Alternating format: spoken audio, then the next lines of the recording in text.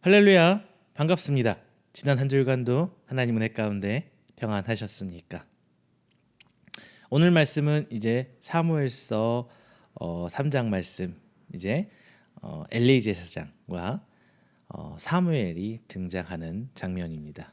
물론 오늘 본장 말씀을 통해서 이제 신세대, 구세대와 신세대가 교체되는 장면이기도 하고요. 그리고 하나님 앞에 응답받는 제사장과 선지자, 그리고 옛 세대와 새 세대의 비교가 되는 말씀이기도 합니다.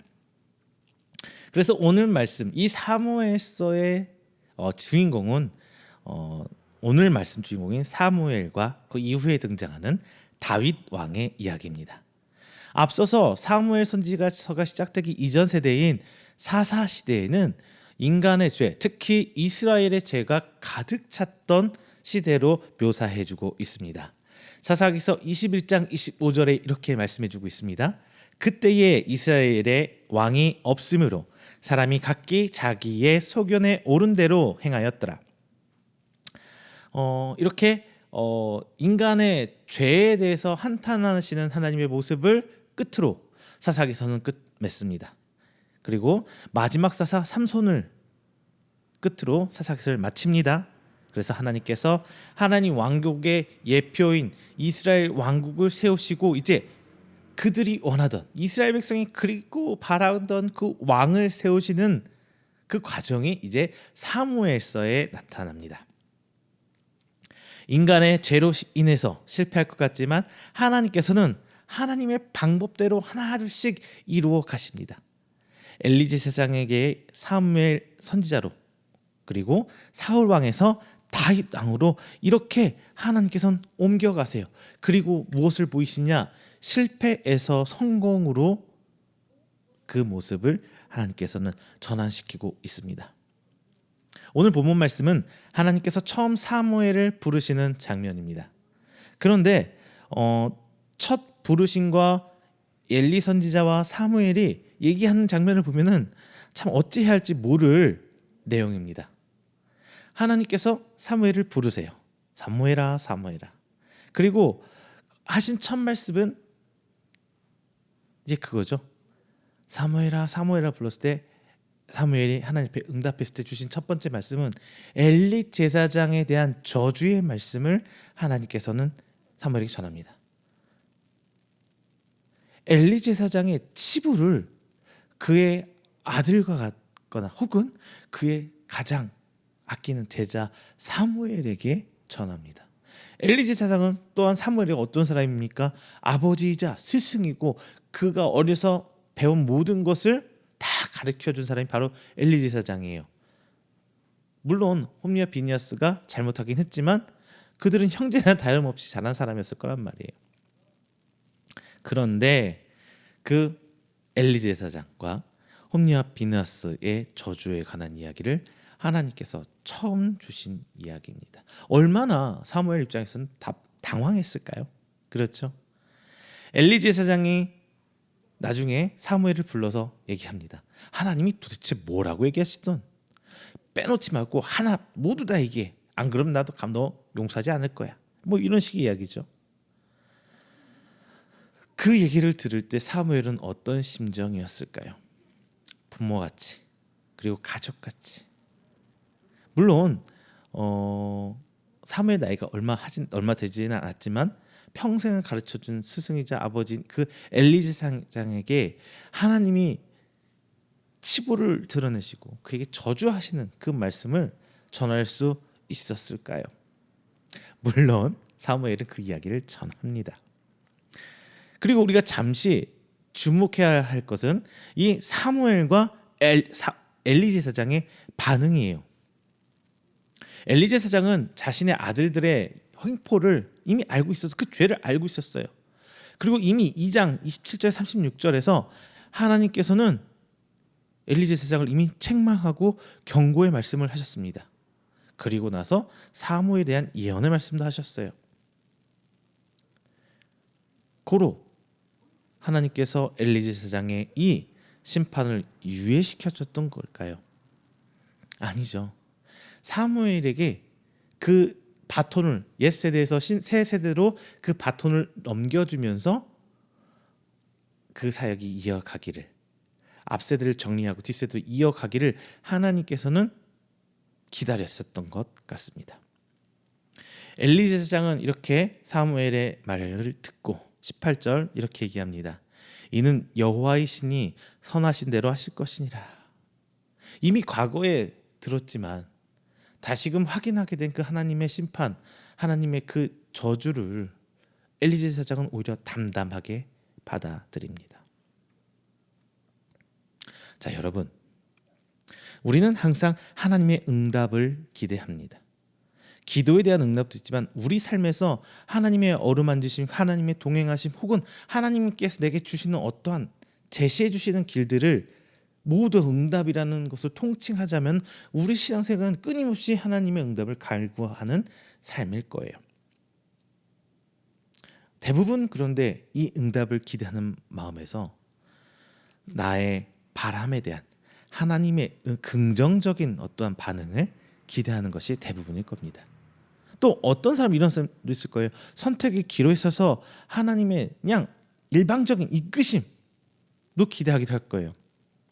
어떨 때는 모든 결정 권한을 하나님께 넘기고 무엇을 해야 될지 하나님 나는 모르겠사오니 이런 식으로 하나님의 응답을 기대하기도 합니다. 하나님께서 주신 응답이라는 것은 정답이란 건 없는 것 같아요. 다만 하나님께서 내게 뭔가를 응답해 주셨을 때 내가 그에 대해서 응하는, 내가 그에 대해서 답하는 방법은 오늘 본문에서 찾을 수 있을 것 같습니다. 오늘 본문에서 두 명의 응답자가 나옵니다. 하나는 엘리 제사장, 하나는 사무엘입니다. 자, 오늘 이 두 사람의 응답하는 모습을 바라보면서 하나님께서 내가 원하든 원하지 않든 혹은 전혀 생각지도 못했던 응답, 하나님께서 내게 무언가를 꺼내 주실 때 우리가 어떻게 응답해야 할지 한번 정답을 찾도록 해보겠습니다.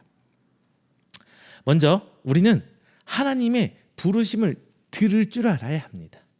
하나님의 부르심을 들어야 합니다. 하나님께서는 오늘 본장에 들어오면서 사무엘을 부르셨습니다.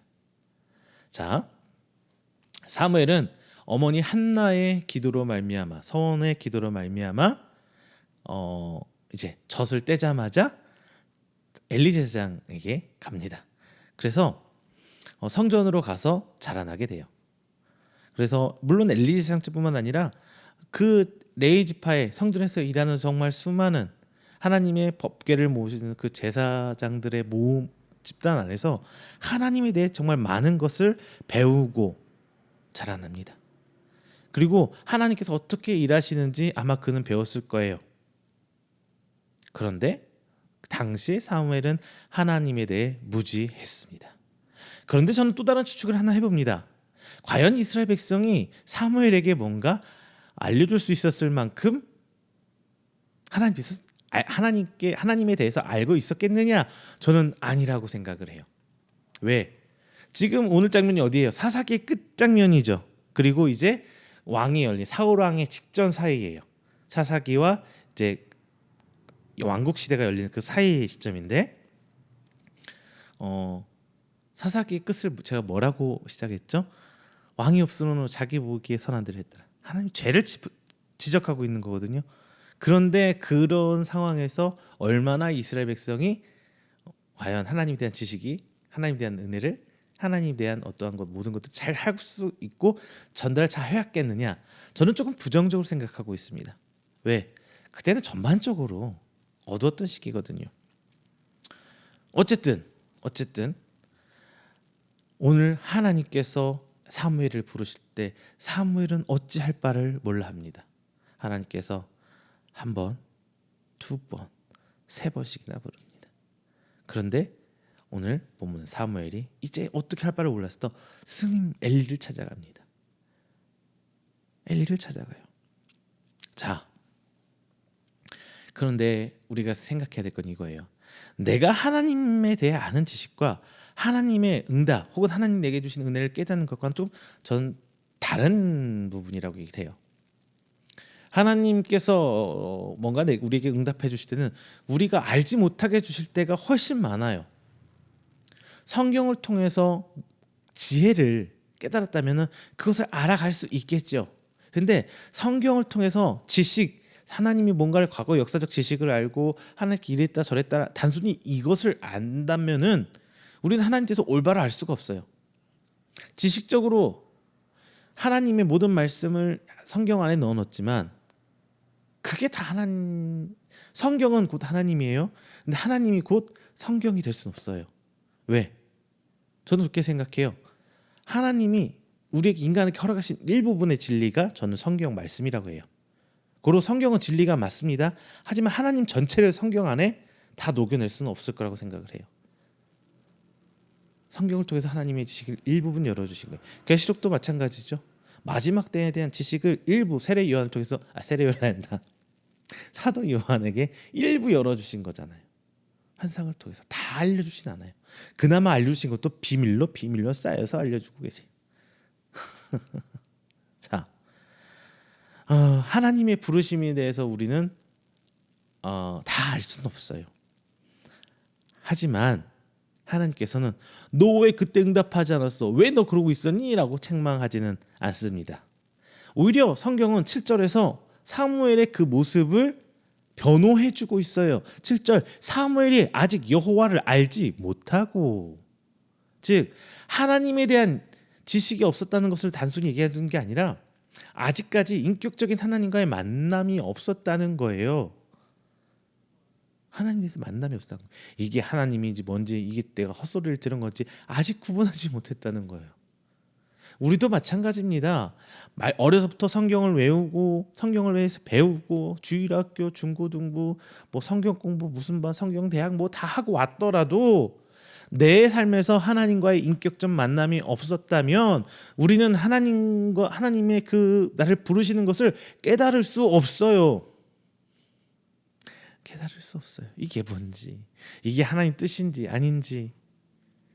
하지만 하나님께서 그걸 탓하지는 않으세요. 하나님을 탓하지는 않으세요. 다만 하나님께서는 그런 우리를 안타깝게 여기시고 두 번, 세 번 우리를 향해 두드리십니다. 우리를 향해 손짓하십니다. 그게 하나님 은혜예요. 하나님께서 이거 한번 해보든지 말든지, 이거 마지막 기회야 어떻게든 해봐, 이런 식이 아니라 우리를 사랑하고 아끼는 마음으로 반복적으로 우리가 할 때까지, 하나님 부르심이 하나님 내가 여기 있습니다 라고 말할 때까지 하나님은 우리를 향해 계속 손짓하시고 우리를 부르시고 있다는 겁니다. 다만 우리는 이 연속적인 관계를 통해서 하나님 한 번 보고 두 번 보고 세 번 보고 우리는 하나님 대해서 알아가야 돼요. 단순히 성경적인 지식을 쌓는다는 게 아니라 하나님에 대해서 알아가야 돼요. 반면에 엘리 제사장은 바로 압니다. 바로 알아요. 어떻게? 그냥 사무엘이 이랬습니다 라고 얘기할 때 엘리 제사장은 바로 이렇게 하라고 알려주잖아요. 비록 엘리 제사장에 대해서 죄악, 그 저주를 얘기하고 있고 그 노쇠한 상태, 즉 신앙이 죽어서 납작 엎드려진 상태를 얘기하고 있지만 하나님이 부르심에 대한 건 분별할 수 있는 지혜가 있었단 말이에요. 왜? 그게 나에 대한 책망이었든 하나님 나를 대한 칭찬이었든 엘리 제사장의 삶 속에서 하나님은 여러 번 그와 만나왔던 거거든요. 그래서 엘리 제사장은 하나님에 대해서 알 수 있었어요. 여러분, 우리는 이 모습을 조금 봐야 될 것 같아요. 우리가 계속적으로 하나님을 만나가고 대면하고 나아가야 되지, 이게 힘들고 이게 어렵고 이건 나에 대한 책망이고 이건 나에 대한 저주고 하나님 나 이건 모른 채 할래요 이런 식으로 눈 감고 지나가는 것이 아니라, 이게 힘든 길이든 어려운 길이든 내가 원하든 원하지 않던 하나님께서 이끄시는 대로 그 부르심에 응해서 나가봐야 된다는 거예요. 오늘 사무엘도 그랬잖아요. 하나님께서 정말 어려운 숙제를 내주셨는데, 난감한 숙제, 풀 수 없는 숙제, 어찌할 바를 모르는 숙제를 주셨는데 사무엘은 결국 해냅니다. 우리는 이렇게 하나님 부르심에 응답할 줄 아는, 하나님 부르심에 그 부르심을 들을 수 있는 사람이 돼야 돼요. 먼저 들어야죠. 이제 두 번째, 하나님 부르심에 응답을 해야 돼요. 들었으면 응답해야죠. 듣고 나서 나 몰라요 하고 있으면 안 돼요. 우리 둘째가요, 참 편리한 귀를 갖고 있어요. 자기가 불리한 얘기는 대답하지 않습니다. 안 들리는 것처럼 두 번, 세 번을 불러도 여전히 대답하지 않습니다. 그리고 자기가 아쉬운 것만 냉큼 대답하고 뛰어와요. 우리 아이들이 그러잖아요. 우리 신앙도 비슷한 것 같아요. 이런 어린아이는 없어요. 내 신앙이 아직 어린아이와 같다면, 하나님 앞에 장성한 신앙이 아니라 어린아이와 같은 신앙이 있다면 아마 그런 것 같아요. 내가 원하는 답변만 네 하고 뛰어가고, 내가 바라지도 않고 원하지 않는 이야기들은 나는 몰라, 누가 날 부르는지 하나님 나 못 들었사오니. 우리 둘째가 정말 그래요. 우리 집과 각 집에 어린아이 있으시면은 정말 이런 생각들 많이 해보셨을 겁니다. 자, 오늘 사무엘은 하나님의 말씀에 귀 기울였습니다. 10절에서 하나님께서는 직접 임재하셨어요. 사무엘을 직접 부르셨어요. 우리 삶에 하나님께서 직접 개입하셨을 때에 우리는 하나님의 존재를 파악해야 하죠. 하나님께서 하시는 것인지, 아니면 그냥 일어난 것인지, 아니면 내가 과거 해왔던 어떤 일들의 인과에 의한 결과물인지, 이런 것들을 분별해 봐야 돼요. 오늘 본문에서는 직접적으로 하나님께서 부르시는 그 장면을 보여주고 있습니다. 그리고 하나님께서는 사무엘에게 11절 이렇게 얘기합니다. 한 일을 행하리니, 즉 예언할 것을 하나님께서 하란 대로, 하나님께서 어떤 말씀을 주신 대로, 명령하신 대로 행해야 할 것을 말하십니다. 11절 이런 말씀 써 있죠. 두 귀가 울리리라. 엄청나게 충격적인 일이 벌어질 것임을 표현하는 일입니다. 실제 엘리 제사장의 집안의 그 치부에 대해서 듣는 사무엘 입장에서는 굉장한 충격이었을 겁니다. 아무리 그 세대가 악했기 때문에 혼니와 비느하스가 그랬다 손 치더라도 남들 다 그러니까 그렇게 그럴 수도 있나? 남들도 저러니까 저러고 있나? 이렇게 생각할 수 있단 말이에요. 우리 삶에서 이렇게 넘어갈 때가 너무 많잖아요. 하나님 말씀 앞에서는 분명히 죄가 맞습니다. 하지만 세상이 이렇기 때문에 우리가 눈 감고 오히려 내가 거기에 젖어가서 그것이 마치 당연한 것처럼 세상에 살아갈 때가 많아요. 누군가를 미워하고, 누군가를 시기하고 질투하고, 심지어 교회 안에서도 그러고 있는 내 모습. 우리 교회를 위해서 기도하고, 오히려 내가 내 죄여 내 탓이여가 엎드려서 기도할 반에 교회를 탓하고 잘못된 목사를 탓하면서, 지금 내 탓이여 하면서 우리의 가슴을 찢고 엎드려서 기도할 우리가 왜 남에서 손가락질하고 왜 남의 얘기를 이야기하고 있을까요? 그렇게 여겼을 수 있지만 하나님께서 사무엘에게 말씀하실 때 아마 솜니와 비느하스가 지었던 그 죄 자체가 충격적일 것이라기보다는 아마 하나님께서 엘리 제사장을 저주했다는 것이 사무엘에겐 더 충격적이었을 거예요. 15절에서는 사무엘이 그 말씀 알리기를 두려워했다고 표현하고 있습니다.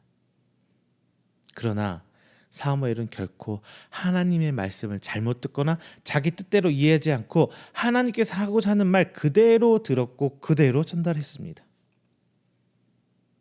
우리 삶에서도 이거는 본받아야 돼요.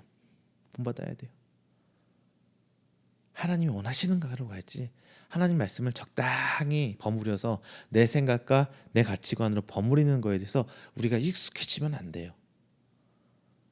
하나님께서는 칼 같으세요. 이건 이거야, 저건 저거야. 심지어 엘리 제사장 집안을 저주하셨습니다.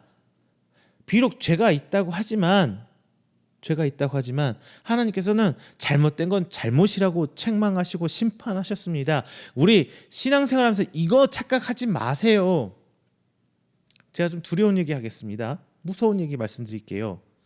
우리 신앙은요, 공로주의가 아니에요. 내가 하나님한테 무언가를 차곡차곡 쌓아서 그게 일정 수위를 넘어서 왔을 때 하나님 앞에 구원받고 하나님한테 어떤 축복을 받고 하나님께서 내 손을 잡아주시는 그런 개념이 아니에요. 우리는 오직 믿음으로 갑니다. 예수 그리스도를 믿는 믿음이요. 그리고 그 믿는 믿음이 행위로 드러나는 것일 뿐이지, 내가 그 행위가 하나 둘 셋 넷 쌓였을 때, 예를 들자면 이거예요. 내가 말씀을 들었으니까 오늘 한 주일간 이렇게 승리했어. 다음 주도 이렇게 승리했어. 오늘 말씀을 순종했어. 그래, 2주 잘했다. 이게 3주, 4주, 1년 52주니까 한 26주만 하면 하나님 앞에 성공한 걸 거야. 이런 식이 아닙니다. 금식 마찬가지예요. 내가 3일 금식 올해 2번, 3번 했고, 일주일 금식도 2번은 했고, 40일 금식은 못했지만 이 정도면 하나님한테 충분할 거야. 하나님 앞에 내가 11조를 이렇게 했어. 하나님 앞에 내가 뭐 이렇게 섬겼어. 그래서 내 삶은 평탄할 거야. 하나님 주신 복 안에서, 축복 안에서 평탄할 거야. 이렇게 생각하시면 안 돼요. 우리의 신앙생활은 결단코 공로주의로 빠져들어서는 안 됩니다. 제가 예전에 한번 말씀드린 적 있나요? 목사님하고 얘기하다가 지금은 돌아가신 큰 교회 목사님, 물론 그 목사님이 젊었을 적에 한국 교회를 향해서 하나님 일을 하면 사명을 하는 일은 굉장히 큽니다. 하지만 말년에 가셔서 잘못된 건 잘못된 거예요. 근데 정말 많은 저는 이 얘기 진짜 많이 들었어요. 그분이 한 게 그렇게 있는데 이렇게 말하면 안 돼. 인간적으로는 그 말이 맞을 수 있어요. 하지만 목회자라면, 그리고 믿는 사람이라면 오히려 그런 시각을 보면 안 된다고 저는 말씀드리고 싶습니다. 왜? 하나님 앞에 우리 과를, 잘못된 죄를 공으로 덮을 수가 없어요. 하나님 앞에 칭찬받은 건 칭찬받는 거고, 잘못된 건 책망받고 심판받습니다. 심지어 오늘 엘리제 사장 본인이 한 것도 아니에요. 자녀 때문에 그 집안 전체가 하나님 앞에 심판받게 돼요. 저주받았잖아요. 우리 이 부분 분명히 집어가세요. 우리의 신앙생활은 공로주의가 아닙니다. B, X. 공로주의라고 생각하시면 안 돼요. 우리가 받는 축복도 마찬가지. B, 우리가 이렇게 해서 받는 복이 아니에요. 다만 우리의 믿음으로 인해서 믿음을 삶으로 그대로 살아가고 표현하다 보니까 내 삶이 하나님 길 가운데 축복의 통로가 돼서 하나님의 축복이 복이 나를 거쳐서 나가는 이 개념 정말 잊으시면 안 됩니다. 우리 신앙 가운데 우리는 축복의 통로지 축복의 저장고가 아니에요. 저장고로 살지 마십시오. 통로로 사시길 바랍니다. 자, 물론 말씀하고 좀 멀어졌지만 우리 삶에서 하나님의 말씀과 계획을 내 맘대로 막 바꾸고 싶지 않아. 그대로 전달해야 돼요. 하나님 말씀을 자의적으로 해석하는 건 굉장히 위험한 일입니다. 오히려 조금 말씀을 보수적으로 접근해야 될 건 분명히 있어요. 우리가 말씀을 하나님 신앙생활을 보수적으로 하는 것이지 우리 가치관 이런 사고관 자체가 보수적으로 가지면 안 돼요. 개혁교회가 왜 개혁교회예요? 예수님 오시는 그날까지 계속 회개하고 개혁해 나가야 돼. 바꿔야 돼요. 어떻게? 인간적인 면, 인간적인 사고방식에서 하나님의 형상으로, 하나님이 원하는 모습으로 계속 개혁하고 바꿔나가는 게 우리인데 삶 자체를 보수적으로 살면 안 돼요. 삶 자체는 정말 진보적으로 개혁적으로 계속 잘못된 거 버려내고 털어내고 내가 잘못된 게 무엇인지 어떻게 하면 하나님 앞에 나가, 이걸 고민하면서 사는 게 우리지. 그게 개혁주의 신앙이에요. 말씀을 해석하고 접근하는 데 있어서 보수적인 것이지 우리 삶이 보수적이어서는 안 된다는 얘기입니다. 그래서 사무엘은 이 말씀을 그대로 엘리 제사장의 가족을 저주하는 말씀을 그대로 전합니다. 정말 괴로웠을 거예요. 엘리 제사장이 그걸 또 몰랐느냐? 그건 또 아니란 말이에요. 우리 엘리 제사장 입장에서 좀 봐야 돼요. 엘리 제사장 하나님 말씀에 그대로 어떻게 해요? 응답하죠. 그냥 하나님 말씀에 맞서지 않아요. 그대로 응답합니다. 자신의 자녀의 죄를 하나님 앞에 막 변호하거나 뭐 하려고 안 짓고 하나님께서는 선하시니 하나님 원하신 대로 할 거야. 물론 그들의 삶은 죽음이었습니다. 그들의 삶의 끝은 죽음이었어요. 그들이 구원을 받았는지 안 받았는지 성경에 써 있진 않아요. 죄의 값으로 심판을 받아서 분명한 건 죽었어요. 이 땅에서는. 성경에서는 물론 죽음을 하나님이 심판하셔서 구원받지 못했다라는 식으로 표현되기도 하지만 제가 좀 위험한 발언이기 때문에 거기에는 더 깊이는 얘기는 안 하겠습니다. 하지만 분명히 엘리제 제사장은 하나님 향한 믿음이 있었단 말이에요. 그렇죠? 하나님께 선하시니 선하신 대로 하실 것이야. 저는 그 믿음에 대한 하나님께서 분명히 갚으심은 있을 거라고 봅니다. 사무엘은 조금도 숨기지 않고 하나님 말씀 그대로 전했어요. 하나님 말씀에 적당한 타협이 아니라 그대로 전하고 있는 그것을 우리 보고 있습니다. 근데 우리 한국 교회의 많은 분들이 이것을 잘 못하고 있어요. 적당히 세상적인 것, 세상의 가치관과 내가 원하는 바와 하나님 말씀을 적당히 버무려서 갈 때가 정말 많이 있습니다. 이것 때문에 우리 교회들이 정말 하나님 앞에 죄를 짓고 있는 것이 많아요. 그리고 회개하지 않는 것이 너무 큽니다. 하나님의 부르신 목적이 있어요. 그리고 그 부르심을 받은 자는 거기에 응해야 하는, 답해야 하는 책임이 있습니다. 응답은 응하고 답을 해야 되는 거예요. 거기서 우리는 분명히 사무엘처럼 나아가야 돼요. 사무엘은 하나님의 부르심과 그 말씀에 자신의 위치와 상황을 고려하기보다 엘리제 제사장에게 그대로 전해줌으로써 하나님의 목적에 응했고요. 엘리제 제사장은 거기에 대해서 하나님 앞에 변명하고 오히려 하나님 앞에 죄를 숨기기보다는 하나님 믿고 그냥 다 맡겨버리는 그 모습을 성경에서 보여주고 있습니다. 우리 삶에서 하나님 음성을 들었다고 교만하지 마십시오. 그리고 하나님 받은 응답이 있거나 그것을 내가 적당하게 버무리고 내가 마음대로 해석하는 것을 하지 마세요. 하나님께서 원하시는 것은 결단코 하나님 앞에 순전히 나아가는 하나님께 택하신 사람들의 삶의 모습입니다. 마지막 세 번째입니다. 하나님의 부르심의 응답은 하나님께서 책임져 주신다는 거예요.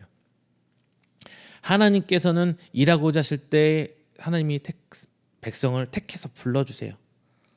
성도가 사용받을 때도 있고 혹은 하나님을 전혀 알지 못한 사람을 들어서 끌어 쓰실 때도 있어요. 어떻게? 모세가 출애굽할 때 한번 생각해 볼게요. 모세가 출애굽할 때 하나님께서 모세에게 이끌어 주시고 모세를 택해서 이스라엘 백성을 이끌어내게 하시죠. 반면에 어때요? 하나님께서 성경에 써 있죠. 애굽 왕 바로왕에게 강팍한 마음을 주세요. 그래서 오히려 안 넣게 하시는, 하나님께서 10가지 재앙을 다 내리는 것을 하나님께서 이미 계획했기 때문에 그게 끝날 때까지 바로왕이 풀어주면 안 돼요. 애굽이 이스라엘 풀어주면 안 돼요. 하나님 모르는 사람도 하나님께서 들어 쓰세요. 하나님께서 원하는 방법대로 도구로 쓰시는 거예요. 중요한 것은 하나님께서는 그 말씀에 책임져 주신다는 겁니다. 엘리제 사장이 사무엘에게 하나님의 부르심이라는 걸 알려줄 때 사무엘은 하나님의 음성을 분별할 수 있었습니다. 사무엘이 엘리제 사장을 믿고 순종하기 때문에 하나님께 말씀에 응답할 수 있었던 거예요. 만약 사무엘이 엘리제 사장의 말을 너무 하든지 말든지 나 몰라 귀찮아 말을 깃들어 줬다면 어떤 일이 벌어졌을까요? 성경은 사무엘서가 아니라 땡땡땡서 이렇게 써 있을 수도 있어요. 마찬가지입니다. 하나님의 부르심과 그에 대한 말을 들었고 응답했다면 그대로 움직여야 돼요.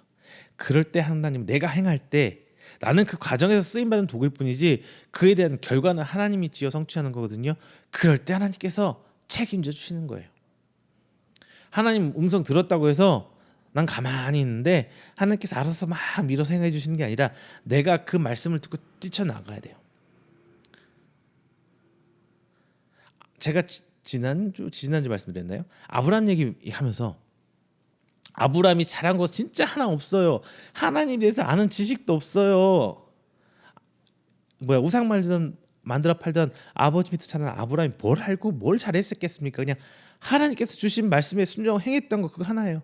남쪽으로 가라 할 때 그냥 갔어요. 어디로 가라고도 안 돼. 남쪽으로 가다 보면 알게 될 거야 했는데 그냥 갔잖아요. 그 과정 몇십 년 동안 하나님 응답하지 않은 몇십 년 동안 아브라함이 어떻게 살았는지 성경에 써 있지는 않습니다. 근데 하나님 부르시는 그 타이밍 딱딱딱 순종하잖아요. 그렇게 할 때 응답해 주세요. 그렇게 할 때. 우리 지난주에 말씀 요한복음 가나 혼인잔치 얘기하면서 예수님께서 들고 가라 할 때 그냥 아무 생각 없이 들고 가니까 되잖아요. 결과는 예수님이 책임져 주세요. 우리가 물을 포도주로 변화시키는 것이 아니라 우리는 그냥 물을 들고 나갔을 뿐인데 물이 포도주가 되어 있는 거잖아요. 우리는 그냥 들고 가면 돼요. 그것을 변화시키고 바꾸는 것은 오직 하나님입니다. 그리고 그것을 어떻게 바꾸는지도 하나님 마음이에요. 내가 원하는 대로 이렇게 바뀔지어다가 아니라 하나님 선하시니 하나님께서 원하시는 방법대로 없어서 이게 옳은 신앙의 순종 방법이 아닐까 싶습니다. 19절에서 사무엘 말이 하나도 땅에 떨어지지 않았다고 표현합니다. 왜? 사무엘은 하나님이 가란 대로 갔고 하나님이 전하는 대로 전했어요. 그대로 했어요. 그러니까 하나님께서 사무엘을 도구로 쓰셔서 하나님 일화를 다 진행하신 거예요. 사무엘이 하고 싶은 말 했다고 해서 하나님 그 말을 책임지시냐? 그게 아니란 거죠. 하나님께서 원하시는 모습대로 원하시는 방법으로 사무엘이 전할 때 책임져 주시는 거예요. 내가 원했다고 내가 바랬다고 하나님께서 응해 주시냐? 하나님 우리의 심부름꾼 아니에요. 우리가 하나님 앞에 사용받는 도구입니다. 그럴 때 하나님께서는 그 입술에 선포된 말씀들을 책임져 주시는 겁니다. 우리가 모두 하나님 부르심에 응해야 합니다. 하나님 말씀에 답해야 합니다. 그리고 그 답이 하나님께서 원하신 것이라면 하나님의 일하심과 일치합니다. 그럴 때 하나님께서는 결과를 붙들어주고 책임져 주시는 것입니다. 말씀을 맺겠습니다. 과연 우리는 과연 하나님과 인격적인 관계를 맺고 있는지 우리는 점검해야 돼요. 우리의 교회가 단순히 말씀을 막 지식적으로 채워놓는 이런 지적 욕구를 채워주는 곳은 아니잖아요. 하나님과 만남을 갖게 하고 그 하나님을 만난 사람들이 함께 모여 공동체를 모이는 곳이 교회잖아요. 신앙생활은 지식으로 하는 게 아니에요. 하나님과의 내가 만난 하나님을 증거하는 게 복음이고요. 내가 만난 하나님을 앞에서 전달하면 그게 설교예요. 여러분, 하나님을 만나야 됩니다. 그리고 하나님 앞에 죄인임을 먼저 고백하면서 나는 하나님의 도구, 하나님 종임을 고백해야 돼요. 응? 내가 하나님 사용받는 거지 하나님이 나를 사용받는 게 아니에요. 중요한 것은 엘리 제사장 그리고 사무엘 두 모습을 봤을 때 하나님 앞에 둘 다 순전히 나아가요. 순전히 나아가요. 하나는 하나님 앞에 저주받은 심판에 대한 책임을 순수히 감당하고 믿음으로 나아갑니다. 한 사람은 새 시대를 열어가는 사람이에요. 자, 우리가 지금 신구 세대가 한국 교회가 변화하는 시기에 맞물려 있습니다. 여러분들 기도해 주세요. 올바른 방향으로 신구 세대가 교체가 되고 하나님 원하시는 방향대로 우리 교회가 이 한국 땅의 교회가 올바르게 모습대로 세워질 수 있도록 기도 부탁드립니다. 정말 중요한 기도예요. 앞으로 이러했다고 해서 내일도 이러할 것이다. 아닙니다. 어떤 식으로 하나님께서 급작스럽게 변화시킬지 몰라요. 사울의 왕을 세웠지만 하나님께서는 다윗을 세우셨고 엘리 제사장을 분명히 쓰셨지만 또 사무엘을 세우셨습니다. 모세가 여호수아에게 임기가 되었어요. 지금 우리나라 교회들도 이제 그 다음 세대로 넘어가고 있습니다. 다만 지금 그 연결하는 과정들이 불안불안해요. 기도 부탁드립니다. 오늘 말씀의 제목 두 명의 응답자죠. 두 명의 응답자. 자, 사무엘과 엘리 제사장의 응답의 자세를 보셨습니까? 하나님의 부르심에 대해 그리고 하나님의 말씀을 전달하고 하나님 말씀을 받아들이는 데에 대해서 여러분 내 신앙을 그 과정에 접목하시면서 대입해 보시길 바랍니다. 그러면 그 기도하는 과정에 회개거리도 깨닫게 될 거고요. 하나님께 되게 부르시는 그 부르심도 듣게 될 거예요. 그럴 때 우리가 점점 하나님의 도구로 사용되는 횟수와 기회가 늘어날 때 나와 우리 가정은 하나님 앞에 축복의 통로가 되어서 하나님 앞에 귀 쓰임 받고 하나님의 복음을 전할 수 있는 그 나팔수가 하나님의 도구가 될 줄로 믿습니다. 다 함께 기도합니다. 사랑이 많으신 우리 주 하나님 아버지 감사 영광 돌립니다. 오늘도 하나님 앞에 부름받은 성도들 나와 하나님께 주시는 귀한 말씀 받았습니다. 오늘 사무엘과 엘리제상을 통해 두 명의 응답자들이 어떻게 하나님 말씀을 받아들인지 함께 은혜 나눴습니다.